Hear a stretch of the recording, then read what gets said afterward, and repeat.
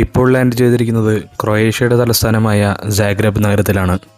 2 ദിവസത്തെ ചെറിയൊരു ട്രിപ്പ്. എയർപോർട്ടിൽ നിന്നും കുറച്ചകലെയാണ് സാഗ്രെബ് സിറ്റി സെൻറ്റർ. അങ്ങോട്ടേക്കാണ് ഇപ്പോഴുള്ള യാത്ര. ആളൊരാൾക്ക് 20 യൂറോ എന്ന കണക്കിൽ ഞങ്ങൾ ഷട്ടിൽ ബസ് സർവീസ് എടുത്തു. വളരെ കുറച്ച് പേർ മാത്രമാണ് ഷട്ടിൽ ബസ് സർവീസിലുണ്ടായിരുന്നത്.